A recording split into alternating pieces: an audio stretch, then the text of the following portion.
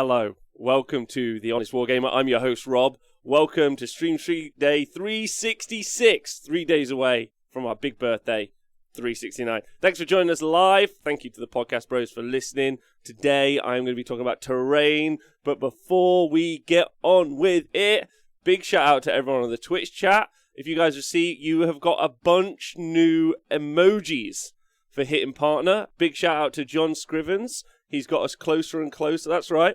We have a stay hydrated emoji right in there. Tom Dix, thanks for pointing that out. Big love to you. I'll take a drink. We got a new Grot Gang emoji. The hashtag Owen fans is super important. Dave Fraser, thanks for resubscribing. Also to Militant Snowflake for resubscribing. Big love. That 500 point stomper emoji going to be real useful. Real useful come Saturday, is all I'm going to say. And don't forget to use the raid one. At the end of the show, we're definitely going to raid someone. I mean, just like Tom Dick said in the chat, Gus the Hutt was a little delight yesterday when we went and raided him. He sent me a message last night, which was super lovely. So loads of love to him. So no more YouTube at all, or just no more live streaming. No live streaming to YouTube, but all of them will be watchable on YouTube. I think there are adverts on the Twitch platform. I'm going to try and turn them off. That's one of my admin jobs today. I think there are pre-roll adverts during the Twitch stuff, and I apologise about that, so I'm going to try and get rid of that. Dreadwoods, thanks for saying hi. Big shout out to you, is what I'm going to say. Time somebody else out, you can't time me out. And thank you to Dawnshade for subscribing. So yeah, hope you guys enjoyed the new emotes. They are just some of a swath of new emotes that are coming in. Super happy. And because we're a partner, thanks to you guys, we're able to get them instantly okayed. So if we do come up with something funny, we'll be able to, who knows, do what. I'd like to ban Windows as well. Right, okay. Hope you're all well. Thanks for tuning in. Thank you to everyone on the Wargamer Patreon. Literally couldn't live without you. Thank you so much. Podcast bros, I'm going to be doing a very visual show today talking about terrain, but I would like you to come and watch it or let me know what you're thinking.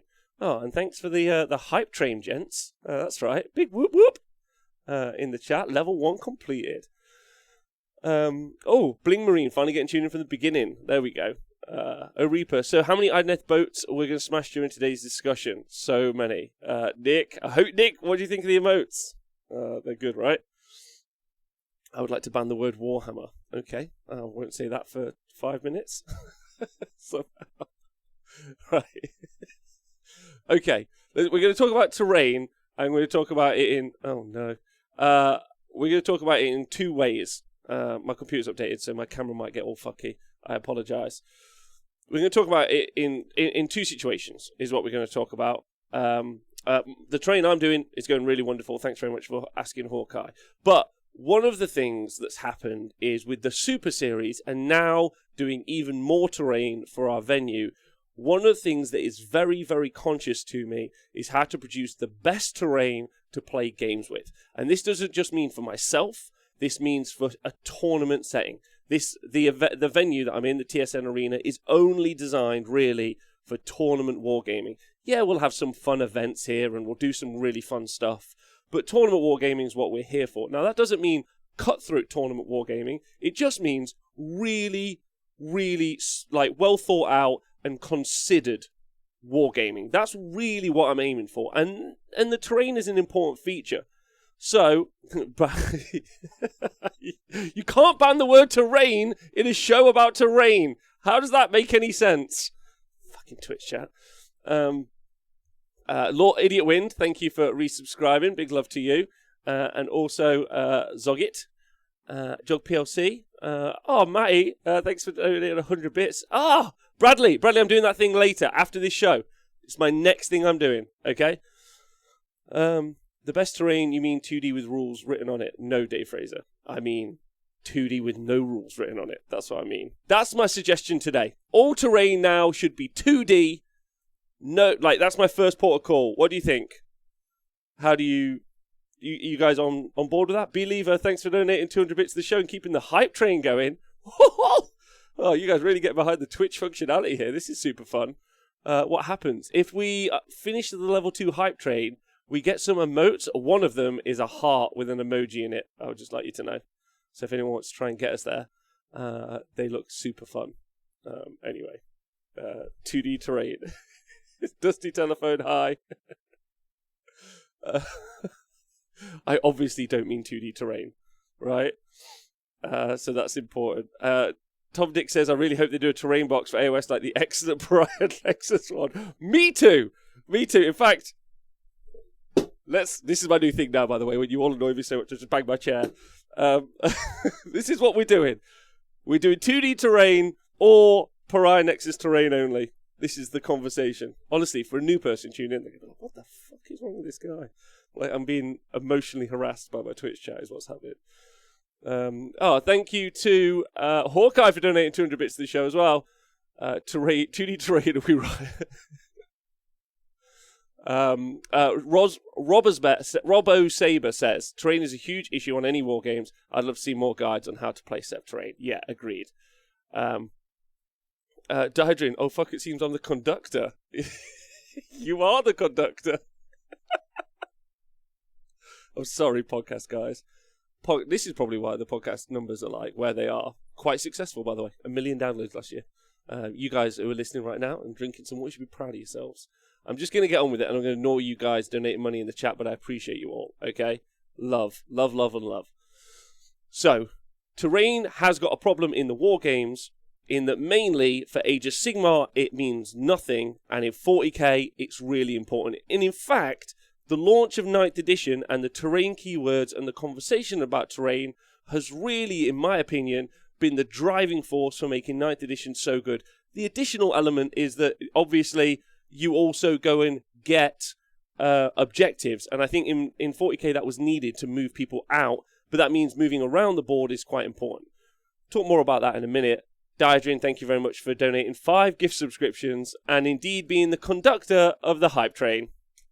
Well done. Things I achieved today. Diadrin, at the end of the day, when you do like your like ritual, like go to sleep, like things I did today, made a cup of tea, did some great painting, directed the hype train, nailed it. Absolutely nailed my day.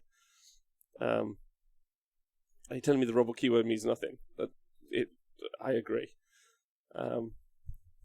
Simple answer is to be an AOS off is obviously deficient. Good. There we go. That's the answer. We're actually just stopping Age of Sigmar now, and we're only doing 40k. That's the answer. No. All right, so there's no keywords in Age of Sigmar on the terrain. Most importantly, the way the terrain works is you have mystical terrain, and sometimes that gives it an effect, but how you physically interact to the... it's going opposite. How you interact with the terrain doesn't impact the game at all, other than, in my opinion, negatively. Let me kind of like break this down a little bit. I think the terrain is almost always just in the way when you're trying to do micro movements, basically, yeah, or it's something you're trying to jank for your advantage. Those are one of the two things. And I don't think that should be how the terrain works at all. I think the terrain should block how you move around the board and create a dynamic space in which to play, like a map should. And I don't think it should make the micromanagement of piling in and other resources really difficult, right?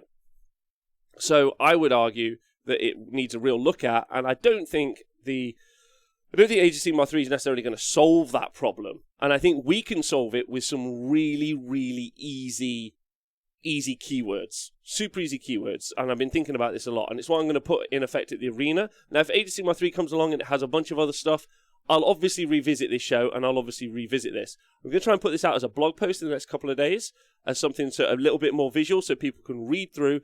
And when we have battle plans and maps for this version of Age of Sigmar, I'm going to put a bunch of maps out. And then for Age of Sigmar 3, whatever the battle plans are, I'm going to put a bunch of maps out for those as well. So if you are very much like Ishika's done for the WTC. So if you are planning on playing Age of Sigmar, or you're playing Age of Sigmar 3 and you want to do some terrain setups and boards, we'll create something for it. And I'll explain why in a minute. Not 2D terrain. Never 2D terrain. I just would like to point out, no 2D terrain. And let me see what you guys say in the chat before we go any further.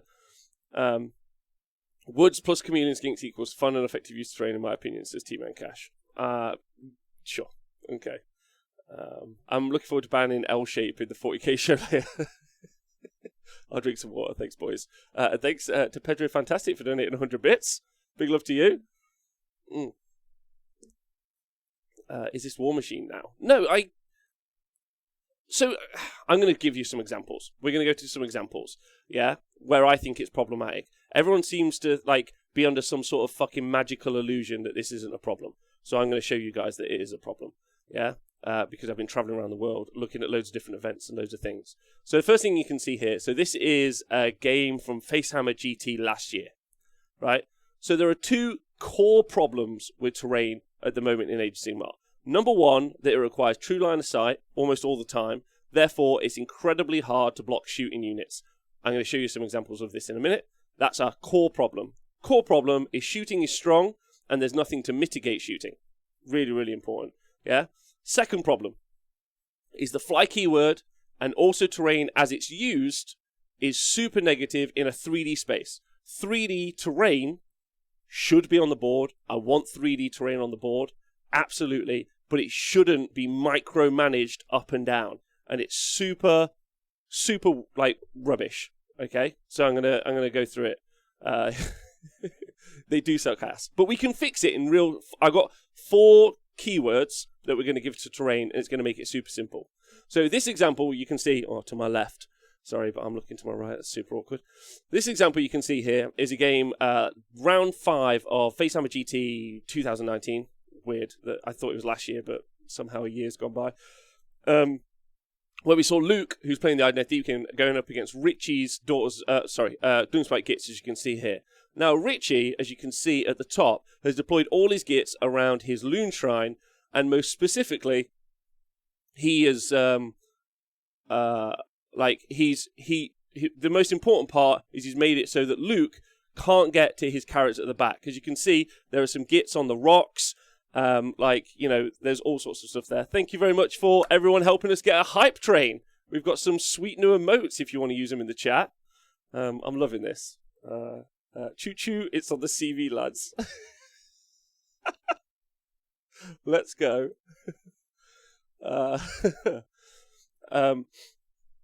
So, now this is really important. What Richie has done, as he's played his entire battle plan, his entire, decisions have been focused on protecting his characters at the back. Near where his hands are right now, you can see... I don't know if I mouse over it, you can see that. No. But right around the top, just the top of the Gloomspite, where his characters are. And he's created a giant screen so you can't get to his characters. Now, what Luke has done, because it's within the rules, as you can see, you see his Idoneth bow on the far left. He's turned that sideways. That creates a 3-inch gap. But even if Luke hadn't done this with the boat, you could have done it with the tall building on the far right. Another example.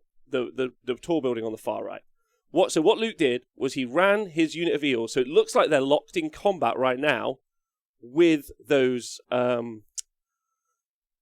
grots, but they aren't locked in combat with those grots. And in fact, they're actually on top of the boat 3 inches above the grots. So, because they're 3 inches above, and it's measured in that 3D space, they're not locked in combat, and so they're fine. So he's literally jumped on there, then he gets the priority roll, and then he flies over the top, he gets all of the characters. So let me just scrub forward a little bit so you guys can see.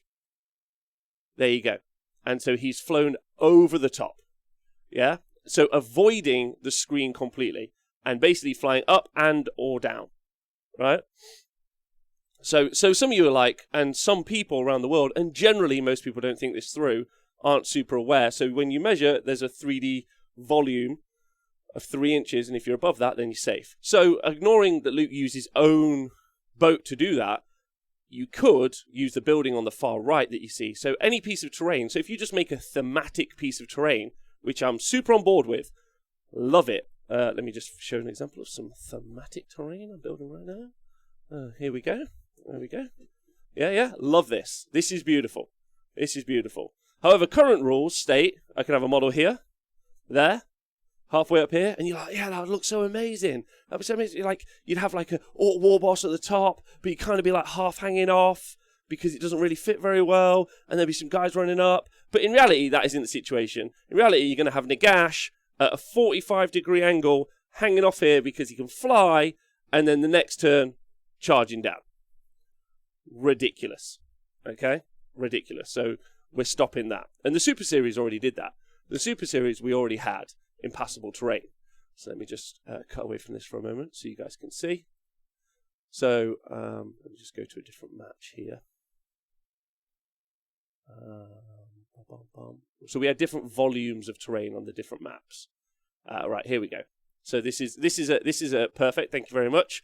So this is an Idoneth army versus an Osiarch's army. So in this situation, the Idoneth army is unable to fly on any of these rocks. So as you can see from where Speckles is on the far right, Speckles has created a line. Now both of those pieces of terrain on the far right, which are at the top and the bottom, are impassable pieces of terrain.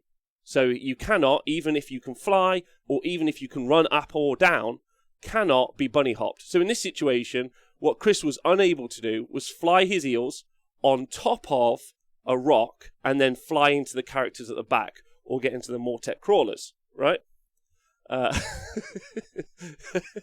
Right, so that's the situation here. And just because of that, that meant that Speckles, who is probably in the toughest spot in this particular matchup, has got more of a fighting chance to hold his objectives. If Chris wants to engage with him, mechanically, if he wants to engage in the fight, he has to move somewhere around the top flank, bottom flank, or into the center. He also can't land on that piece of central building as well, so there are some definitive lines blocked off there, right? Now that, I think, makes a better game. I think immediately the fact that Chris can't just bunny hop like we saw before. Richie played an entire game to make something not happen, and then Luke was able to just jump over the top of it. It just feels ridiculous, is the answer. So you can fly over them. Now you can fly over them. So Angle says, I understand not being able to balance on them. You can fly over terrain. So if you have the fly keyword, you could 100% fly. So the unit of eels at the top left could easily have the movement to fly over the piece of terrain that they're looking at right now. They could fly over it. That's why the fly keyword is an advantage in having impassable terrain. So for example, if Speckles ran at one of those units, it doesn't matter which, into the middle objective, he can still just fly over directly. Whereas Speckles, if he wants to go around that, because he's landlocked and because he's moving on the ground, he's in a worse position. Yeah? Right? So that, in my opinion, is really, really impactful. So that's impassable terrain. So there are some other problems with the fly keyword as well. Being halfway up a building and then being able to... So if you have the fly keyword, you can be halfway up a building and you can also be...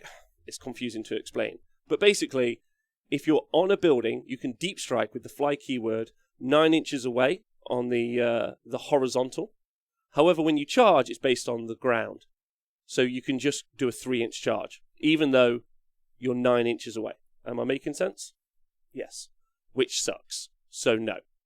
Just hard written into the Super Series rules that wasn't the case. You couldn't do it. Long live. That's the right decision all day. Okay? It's going to take a minute now. So, just to re-clarify about the rules. Again, I've just thought about this a lot. Like, this is such a techie subject. I'm not sure anyone gives a fuck, apart from me. But I think it makes a better game. I think if you put this into your games, you'll have more fun games. In this situation, like, you could have like a shield wall of Dwarden, yeah? And then they're just like between like a building and a rock, and they're just holding that line, and no one can... There's no like weird interaction where... give you a good example. This, by the way, big shout out. Love this. One of my favorite things. So if I've got my... I can't do it. I'm going to do some better pictures. But basically... I could just charge over a bit of building and then charge them in the flank, even though they're in a line. It just looks shit, I think. Anyway, I'm going to take a moment to read the chat, slow myself down, and then come back to the conversation. It also means fly won't have a safe space. Sergeant Rolf, that is correct. Okay, so basically use the first move to get right up against the train, then next turn jump over it. Yes.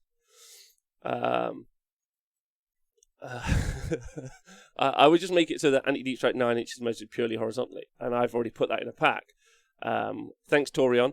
I care too. Several people doing silly stuff with terrain made me hang up AOS for a while. Sergeant Rolf, apologies. Dave Fraser, can I claim to have a 9-inch cock even though it only reaches 3 inches away? You can, brother. Anytime. You could say that you don't ignore vertical distances when moving in the charge phase, but I prefer this idea of impassable terrain. Okay, so the two problems that we're dealing with, as I've discussed, are the fly keyword, and then now let's talk about mechanics.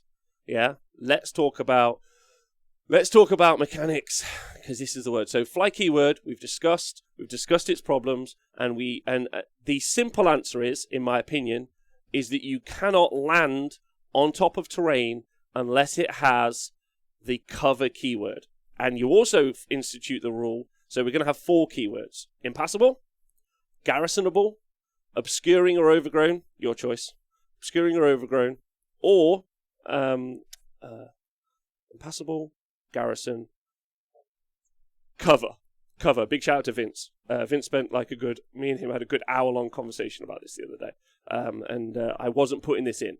So this is me listening to people and taking advice, which is rare, putting cover in. So the cover keyword. So that's another piece of terrain. So a type of terrain is cover. So those are the types of terrain. Now, I would institute the rule that if it fits, it sits, but only on probably cover terrain. I probably won't put. Obviously, I won't put that in passable. Garrisonable terrain isn't actually something you can put models on top of either. You're not allowed to put stuff on top of. So that already answers that problem. And then with terrain that is obscuring / overgrown, I would probably mix that in with either cover terrain, so it's both, or it will also be impassable. So like a large building, let's say, is something like a big giant rock, like as an example. Here's a good example. This is impassable. Like, just can't land on it. Like, just live with it. Like, that's the situation. And also, it's obscuring. Like, some fell energies make it so you can't see past. Right? And you just measure the volume. Super easy. But you put it on a base. We'll talk about more about that in a minute. Putting it on a base. I don't think AOS 3 will fix these problems, Chuckabutty, which is why I'm talking about it today, is the answer. But even if they do fix it, which would be great, all we're doing is we're just prepping ourselves ahead of time, right?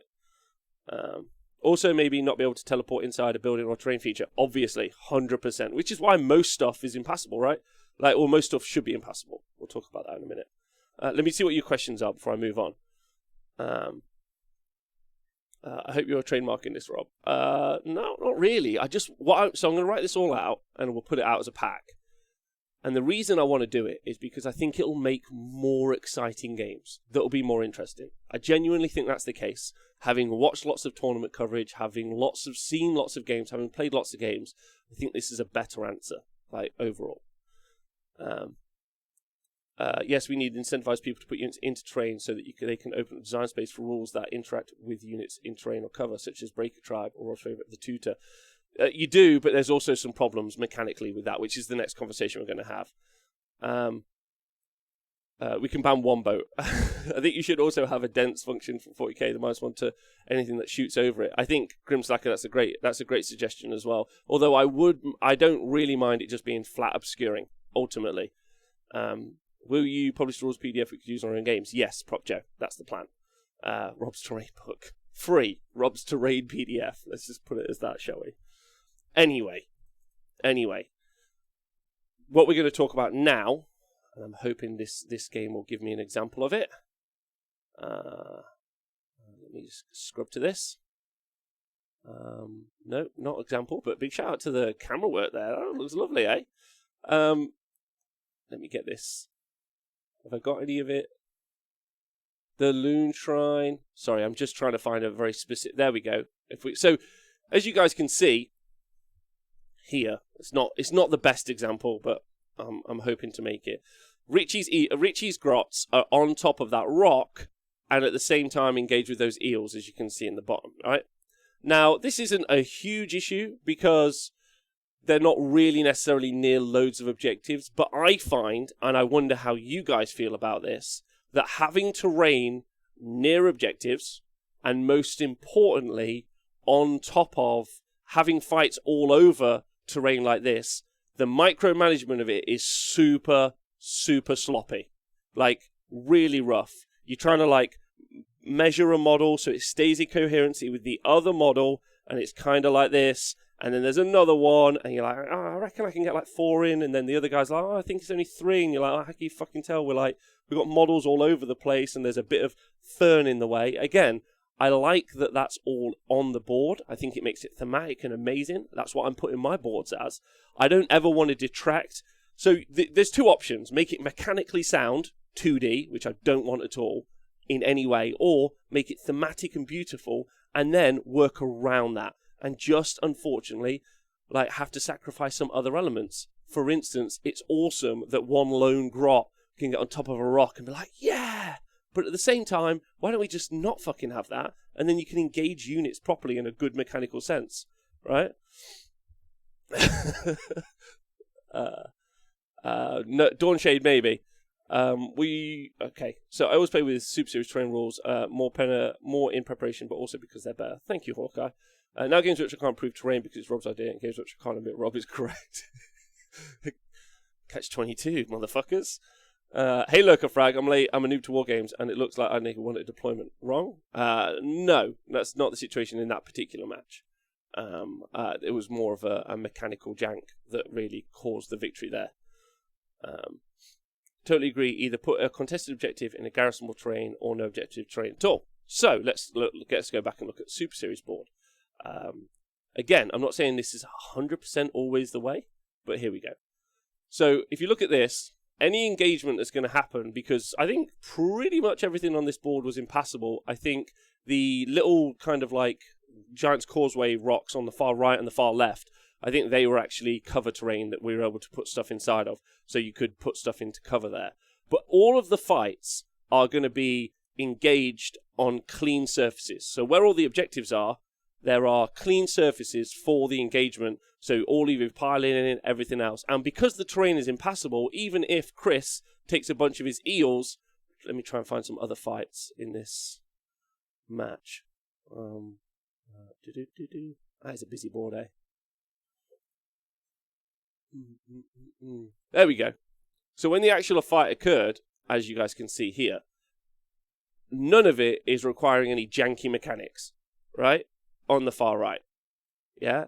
All of the engagements, and Chris has obviously smashed this, all of the engagements have gone super well for him. He's engaged, but none of them are piling in or doing anything complicated over terrain or up and down terrain, which I think is absolutely the right way. And if you guys have ever played a bit and or a lot, you'll have gone through this experience. You'll have gone through this experience where the moving around little tiny bits is useless. So in my opinion, a board should have a ton of terrain that's impassable or garrisonable or dense. We'll talk about the dense bit in a minute. Yeah. Or just some scatter terrain you have lying around, like a wall. A good example would be these barrels that I'm currently painting. Yeah. You guys can see that? These barrels. Just stick a bunch of barrels around, like there's a little barrel barricade, and then when you actually get to a fight, be like, well, move these out of the way. Move these out of the way, because I'm pretty certain a monster can just smash these down. And we'll just get that out of the road. The other problem that you have with mechanical terrain like this, or with impassable terrain, or cover terrain, is when you have the monster versus grot 25mm hero. So let's say you were to create a piece of terrain that was on a base, and then you gave it some walls, some ruins is a classic example. You've got a 25mm grot in here. Now, if you institute the rule that it fits, if it fits, it can sit on top, then your Maw Crusher isn't going to be able to get on top. At all. And so he's going to try and charge it, but he can't get within half an inch because he's inside a piece of thick terrain. So what do you do in that situation? That's a great question. Don't think there's an actual answer for that. I don't think there is. That's why I don't think, truthfully, cover terrain should be in it. But there isn't. I think the immortal unit that the monster can't get at, however, me and Vince have talked about this quite a bit. He seems to think it's super important, and one of the things that I would really like to do is get some adoption and some general consensus on this. And one of the reasons I want some general consensus is I want people to have more fun games. The rules as are not fun to play with, and they're not engaging as a gamer. They do neither of the two things that you think that they do. The conversation that having nothing happen with terrain makes the game more fun is nonsensical. understanding how the rules work and then making them so they're better for the players, especially new players. Like a new guy's like, oh, I can't land on that. Cool. That's just in the road. And you get these amazing lanes, these amazing avenues of attack where you've got this like whole battle plan. And I think that's so clever and so cool. You can do so many fun things with it and hold a unit up. And it makes the fly keyword stronger. The idea that losing the fly keyword so you can't run halfway up the building is not good. That you can fly over something, really good. They do normally involve eels, but they also involve a bunch of other units as well. Just the examples I'm showing are currently eels. Is there an answer in 40k engagement range? Yes, but we'll talk about more later. There's probably why terrain should be destructible, so the more crush you can just destroy the runes to get to a 25mm hero. No, I'm not against that. I think that that's a great little idea. It's a bit of an issue and that's why having cover terrain or any terrain you can go on at all is an issue. So let's say I have I've based a piece of terrain. I've got a bunch of units on it. A monster comes up and smashes the terrain. I'm like, okay, I now have to remove that. If I don't remove it, we'll just measure it from the ground. Like, okay, you just make. I know the game is abstract anyway, but you're making it more abstract, and also in some situations mechanically a lot worse. I think. I like the idea that a single grot can stay in the ruin, but the ruin just can't be an objective. Then it just doesn't matter. Agreed. I think all terrain should 100% be away from you shouldn't have any terrain be able to be within 6 inches of the center. So like basically inside capture range of an objective. Chuckleberry, massively agree with you on that one. Okay, final thing to talk about. Well, final 2 things. Garrisonable terrain, yeah, and so we've talked about cover terrain. We've talked about impassable terrain and how useful I think they are. And now we're going to talk about line of sight blocking terrain. Line of sight blocking terrain is going to be very, very important in my opinion. I think it's something we 100% should put inside the game massively. And like they do it in 40k and it works really well. It makes infantry really good. It defeats a lot of the problems that we have. It doesn't make shooting useless because you just have to move around, but it does make the shooting worse, which is the point. That's the point of it, like to make the shooting a little bit worse. And having line of sight blocking terrain, and that's where area terrain is really important as well. Let's again look at this example that we're just looking at here. Now, let's just say, for argument's sake, that the unit on the far right is a unit that shoots. Yeah? It could be anything, right? I know it's not. It's actually orcs. But let's say it's a unit of handgunners or anything. And then the unit of eels at the top center, so the orange eels, those, so we're drawing line of sight. Now, if the piece of terrain between them was just obscuring because of doesn't matter, pick a reason, magical fell energies, hot smoke coming out from it, whatever, that's just obscuring. And the unit, and a few of the other pieces that we had around were obscuring, those eels would be protected from that shooting across that line. It's that easy. It's that simple. Whereas right now, we don't have that. The only way it would be blocked is if one model couldn't see one point of the whole unit. This would actually make a whole bunch of units a little bit more viable, and I think would make the game far more interesting. You would still have a shooting line. For instance, that unit would have to move off the objective to be able to shoot into the top right, but then it would be a little bit off the objective, which they don't want to do. So, pros and cons. It works in 40k so well, and we should 100% have it in Age of Sigmar. Super into it. So what about making an objective into their own terrain piece? Problem with having terrain on objectives are you can gain cover if you're on it. If you have any terrain on it, you're taking up space where models can go. So I want 60 grots. I want to put them all on the objective because there's a gatebreaker gargant coming towards me, or 2, and I want to put them all on so they can't grab it. Yeah, there's a piece of terrain in the way. Maybe I can't stand on it. Maybe I can't move my models around it. Or I've got a really hard unit, like a unit of 20 Phoenix Guard, and now they're on the objective and they've got cover because there's terrain on the objective. It's just a mistake. You don't want that +1 save to just be given away free on an objective. I don't think that's the right decision. You're like, okay, yeah, but that's kind of what you want. You want to go on the hill and you want to hold the hill. And I'm like, cool, then they're all hills. All of them are hills. You can't have just one. You then are making all the terrain just so you're having, let's say you're playing Scorched Earth, you're having 8 pieces of terrain, each one on each objective, and then you're adding more terrain onto the game. I just don't see that working at all, personally. Terrain is the objective, but then the objective is the objective. Like so the image you're looking at now is obviously some perspex circles. Dude, you can make yourself like a Gary. So if you guys look to the top right, Gary Dark Fantastic Mills, wonderful person, top right. He makes objectives that are just these awesome little things. I'm not saying you shouldn't make something awesome to be the thing that you're capturing. Make it a flag, make it whatever. Like, if it's flat like that, so you can put all the models around it and it doesn't interrupt the game, super good. If it was a castle, it's fucking weird, right? Like, I kind of like the idea. Like, maybe I was talking to Nathan yesterday, I was talking to someone. Someone was like, just make it a castle. You've got to capture the castle. So you're inside it, you're garrisoning it, you might want to hit your +1 save, and then they've got a castle, and you just stood in it, and like, how good is that? That's super cool. And I was like, that does work. And if you want to change 6-inch objective markers to a building, then absolutely.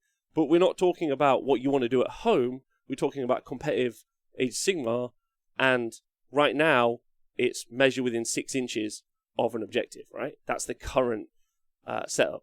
So we have to work around that, and you need models around it, and having a piece of terrain makes it weird. It should be a bottle. That should be the real answer. Use cool objective markers. That works. Training's objective should not give cover benefit. I pitch battles, I 100% agree. However, thematically, it makes so much more sense for terrain to be objectives. Why would it ever make sense for the nice patch of grass we both agreed to is the most important piece? Because the objectives aren't the circle, right? Now, the circle just shows the area of influence. On these, if you made a really cool, let's say, a pot of gold, a bottle, an undergargant's pair of pants, anything as the actual thing. What they're really trying to do is claim the treasure. That's why we call it get the gold sometimes. They're trying to claim the treasure in the middle. What you're looking at is the area of influence there. So that is, like, more than likely problematic. If we actually switch it up, for an example, to the other video, really quickly, back to this video. If you guys can see, it's just the lights that they're really trying to claim. On this board, and it could just be those lights could be not lights, they could be whatever, like, so you can make it something thematic. Okay. Should artillery behave differently than just normal range units? I think so. Maybe. Hey Speckles, what about making objectives into their own trophies? Okay, sweet. So we've talked about that. And I think you should make the thing that you're trying to capture something narratively important. Because again, this conversation comes up because you want some cool board to play on. But that's going to cause some issues. I don't know if anyone's ever been to Warhammer World. Warhammer World has this amazing Sylvaneth board, right? Where it's a bunch of temples and a bunch of forests, and they're all stuck in. You can't move any of it. It's glued in. You literally cannot play on it. It is unplayable. You just have some stuff, and you're like, I can't even put objectives down. There's too much stuff in the way. It's wild, right? Like, it's insane. So, there has to be some sort of conversation about actually moving the models around and engaging with each other. I played on that board. It's amazing, but so difficult to use. Yeah, agreed, Speckles. If you make a city, it can be a town squares, which you would need to hold to navigate, maybe open spaces with an import. Yes, you can make your own theme up. That's the important point, right? I think this conversation comes off the back of so many people being able to make their own terrain at home now because of 3D printers or whatever. Yeah, so I think that this conversation is going to come up more and more, and that's why I'm hoping to do the show. Right, let's finally talk about garrisonable terrain. Because garrisonable terrain, I think, actually should be a part of it. I think garrisonable terrain makes loads of sense. Get inside of a building or have some buildings on the board. Now, again, the important point about the keywords, like if you look at the 40k terrain packs that have been put out by the WTC, they don't use everything. Sometimes you have obscuring and breachable terrain. Sometimes you don't. And that's okay. So having some, imagine a board of obscuring terrain and a board where everything's obscuring or some bits are obscuring, and then there's 2 garrisonable pieces of terrain. Oh, that's so cool. I'm so into that. That's so fun. Remember that time I held the building? I think you should absolutely have that in the game, because it's also impassable. Garrisonable terrain, by its definition, is impassable. You can't land on it or do anything. Fits into my world, which works really nice. And also, as long as it's not near an objective, it means what you're really doing is you're holding a central key location on the board, which is what you guys are talking about, but it doesn't affect getting the treasure, which is the objective. And I think that's really important as well. Having a garrison on top of a piece, an objective, terrible idea. Having it just in no man's land, but they really want to hold it, that works super well. So I think that there's some real good conversation to have there.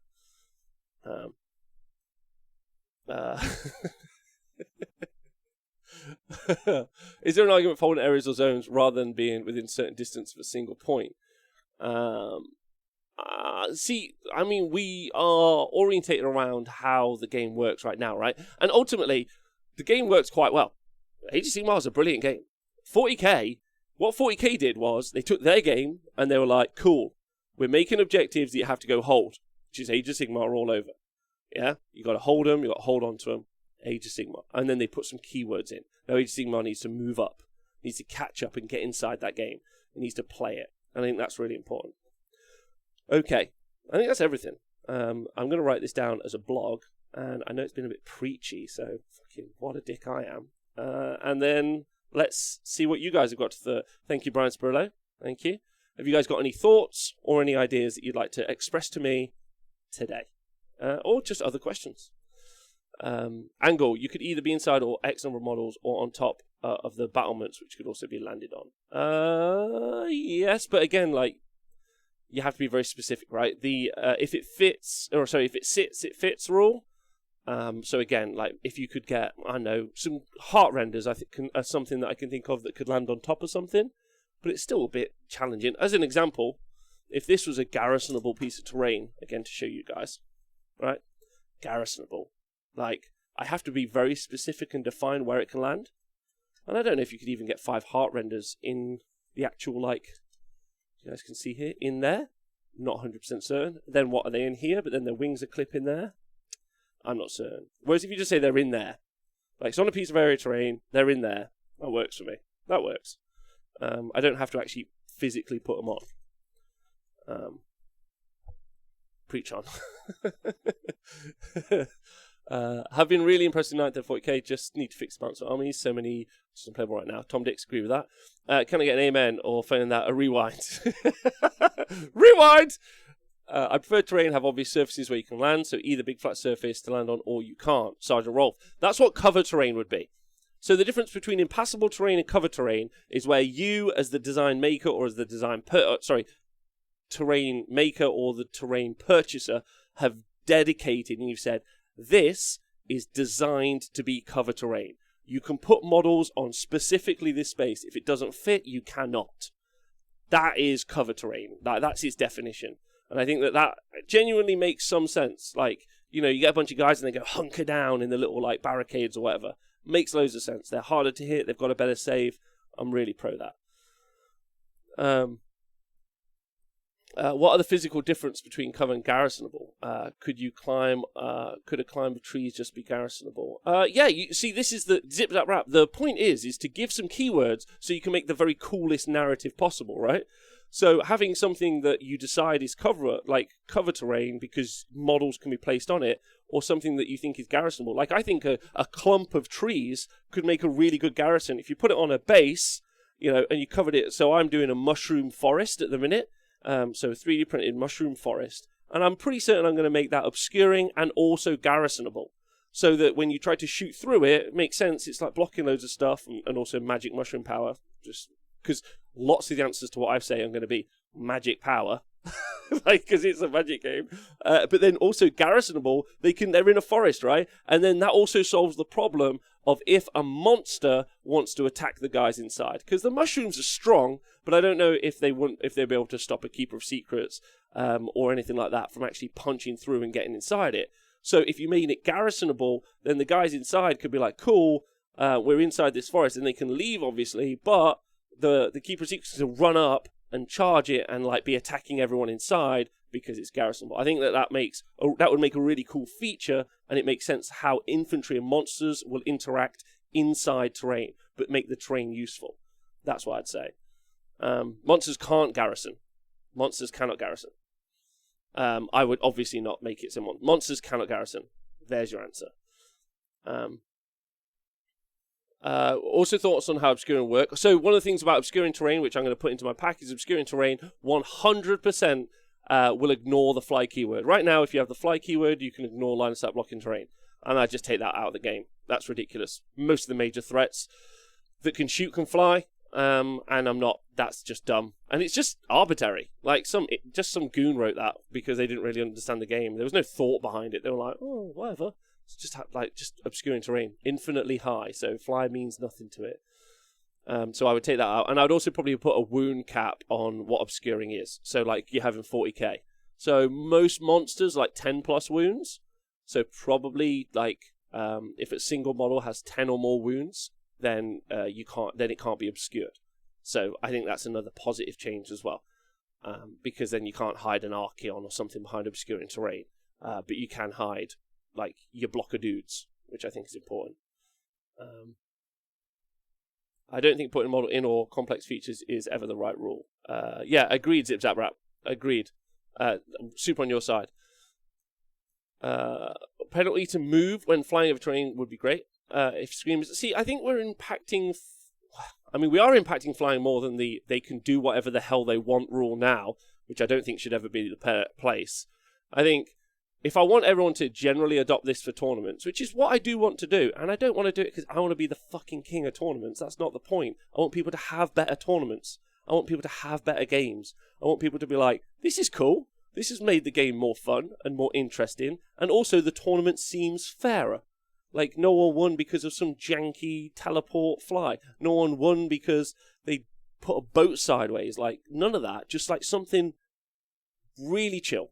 Yeah? Like, it just makes sense. I also think it makes the games more thematic. Like, more engaging, like, one-on-one. Like, it makes the board tell more story. Like, oh, I can't see through this magical forest of mushrooms. That's cool. Like, and anyone says, no, it's a fucking idiot.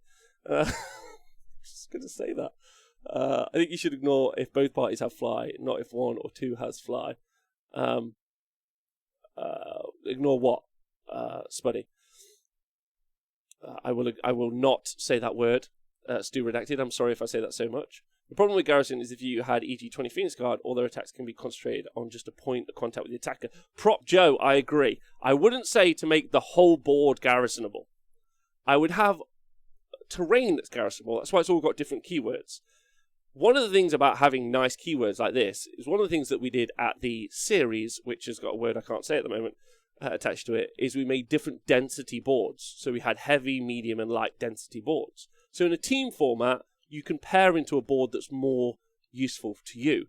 For example, if we had a heavily obscuring board, then you would not want to put your shooting units into it. Makes loads of sense. But also, it just makes the boards varied. So you aren't just playing on the same boards over and over again, but instead you could have one battle plan, and already you've got 3 ways to play it. You've got a light board, a medium board, and a heavy board. And so, and you could just do one that doesn't have garrisonable at all, if that makes sense. So those are my general thoughts. I'm all for flying units being able to go low or fly high, so you have to choose between seeing and being seen, or obscured and not being seen them either. But I also think flying units just need to cost more points. Yeah, but we're not going to be able to affect that, so why don't we just affect the whole game wholesale?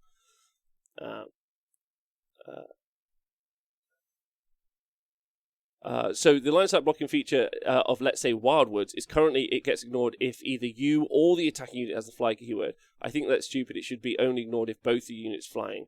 I just think you shouldn't ignore it at all. Like, if it's an infinitely high mist of shadow, like, who cares? Like, who cares if you fly over it? Because you haven't flown over it. It's still like, if you were in a helicopter in front of an active volcano and all that smoke, you couldn't see behind it. You can eventually fly over it, but that's what movement is for. You couldn't shoot through it, right? So I just, it's, yeah.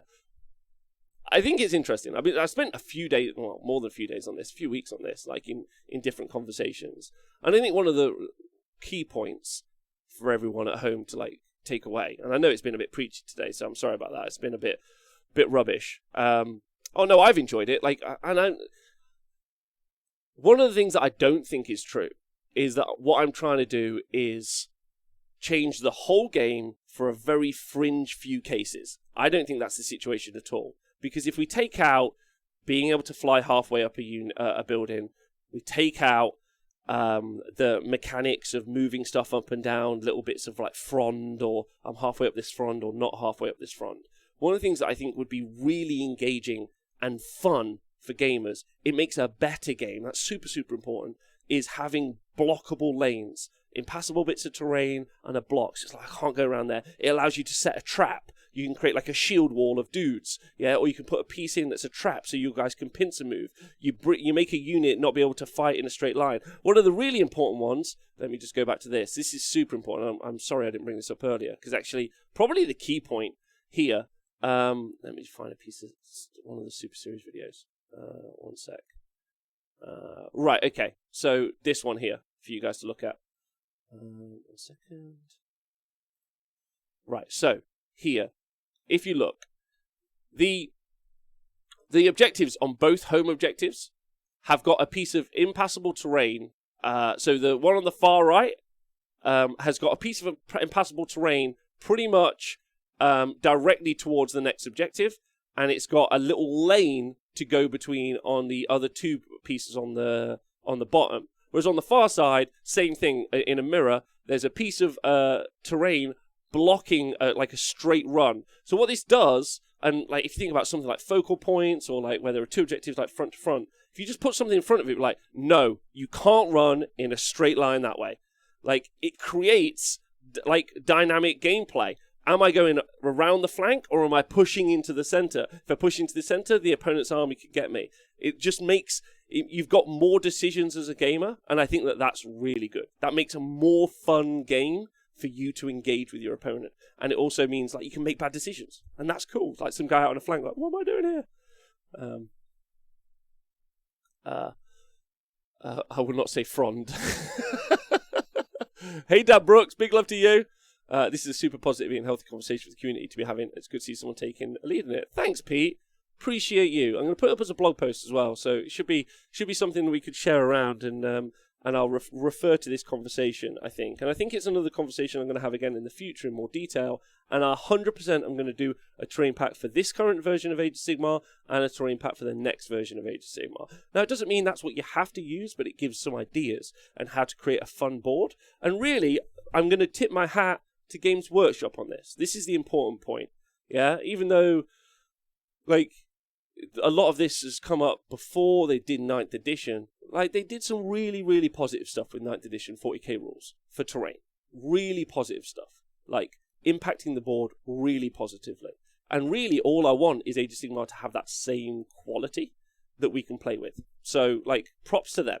Props to them, and props to, like, all of you, is what I say. Should terrain layouts be standardized in the name of game balance? No. I don't think they should be standardized, but I think if you just have two objectives in a line, just put a bit of impassable terrain between them, good start. Or a line of sight blocking piece of terrain. So I can't just stand there with my shooting unit and just shoot through, unless I've got sentinels, but that's like throwing the baby out with the bathwater. Like, that's like saying we shouldn't put line of sight blocking terrain in because sentinels exist. Stop the game. Yeah, Rob, but there is no way to identify different types of terrain in Night. Brian, I understand that. I still think there are ways to go, but I'm just giving credit where credit's due. Diagonal symmetry in wargames tables have been staple forever. Who wouldn't set up a table that way? Says Elf. Agreed. Loads of people, I think. Not everyone plays Luminous Rumbles, though. Yes, agreed. And also... All right, good. All right, well, I hope you guys enjoyed this. Hope it wasn't too preachy, and I hope it made sense. I know it was a bit of a ramble, but that's how I best communicate. It takes me a lot longer to do things like write a blog post.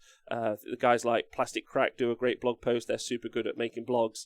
And that's not really me as a writer. It takes me ages. I'm super inefficient, but I will do it with some pictures. And this conversation has helped me understand what I'm going to put inside it. So I thank you guys loads for this. You're brilliant, and I hope it kicks off. I hope it kicks off some other stuff. But I am going to put out a PDF pack, 100%. And I'm going to do the blog post. So this will be something that you guys will be able to access as a resource. That's the plan. So I'll put that up on Twitter and I'll bang on about it on another show. So yeah, thanks. I appreciate it. Now don't forget we're live all of Saturday and Sunday pretty much. Saturday for the reveal show, Sunday for the big birthday show. Got some great guests. Looking forward to it. More emotes as well. And that's right, we need to now go raid someone. That's our new thing. While I'm doing that, I'm going to thank everyone who listens to the podcast, especially for tuning in during such a visual show. Thank you guys for turning up every day. I really appreciate it. And also thank you to everyone who subscribes on Patreon, because without you, I literally couldn't live. So let's go raid. I like to browse.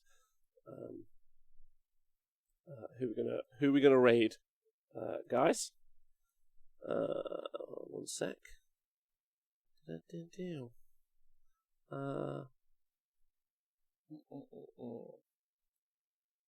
Plague Bear, Burst Crawlers. There's so many people who stream in other languages for this, which I think is just beautiful. Who shall we? Midgard Ben. He's painting up some. Are these some Space Marines? Let's go do him. This will be fun. /raid. Midgard Ben. All right. It's been a pleasure talking to you guys. Thanks very much. Talk to you soon. Have a lovely day. We're going to go do the raid. Make sure to use your new raid emotes. Woohoo! See you guys later. Have a nice day. Thanks for tuning in.